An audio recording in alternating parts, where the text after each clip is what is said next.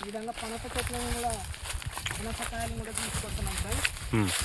వీటిని కొద్దిగా జాగ్రత్తగా చూసుకోవాలి ఫ్రెండ్స్. ఈ విధంగా పింజలు ఉన్నప్పుడే మనకు, ఎందుకంటే ఈ ఇలా పింజలు ఉన్నప్పుడు లావు పురుగు వచ్చేసి దీన్ని కొట్టేసి మొత్తం ఈ పింజని మొత్తం నాశనం చేసేస్తుంది.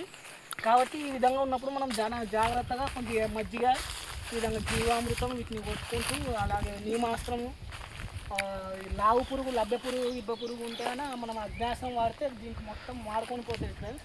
ఆ విధంగా మీకు రక్షించి ఈ విధంగా పనస పండ్లను ప్రతి సంవత్సరం ఈ విధంగా ఒక 20-30 కాయల దాకా ఒక చెట్టుకి తీస్తున్నాం ఫ్రెండ్స్. చూడండి ఫ్రెండ్స్, ఇదిగోండి వీటికి పింజలు ఇంకా చాలా ఉన్నాయి, పైన కూడా చాలా చాలా వస్తున్నాయి.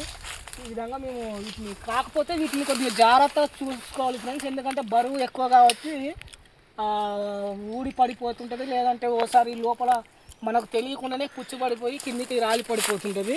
కొద్దిగా అప్పుడప్పుడు దీన్ని పరిశీలించాలి. ఈ విధంగా లావుగా అయినప్పుడు మనం చూస్తే అబ్జర్వ్ చేస్తూ ఉండాలి. అదేవిధంగా ఫ్రెండ్స్, మేము నేరేడు చెట్లను కూడా లాస్ట్ టైం ఫ్రెండ్స్ అసలు ఇంతవరకు మాకు ఒక కాయ కూడా రాలేదు.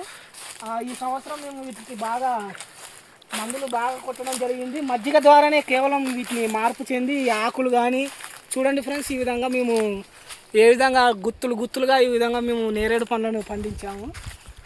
చాలా సంతోషంగా ఉంటుంది ఫ్రెండ్స్. ఎందుకంటే without any chemicals, without any fertilisers, మేము సేంద్రియంగా ఆవు మూత్రంతో, ఆ గోశాలలో దొరికేటువంటి గోపేడతోటి, వీటి ద్వారానే మేము మందులు మేము స్వతంత్రంగా తయారు చేసుకొని ఆ సంవత్సరం అంతా కలిస్తే ఫ్రెండ్స్ ఒక 1000 రూపాయలు అవుతుంది ఫ్రెండ్స్ ఖర్చు. ఆ సంవత్సరం అంతా వాడుకోవచ్చు. ఈ విధంగా అద్భుతమైనటువంటి పంటను తీయచ్చు. Thank you friends. Please subscribe and like my channel.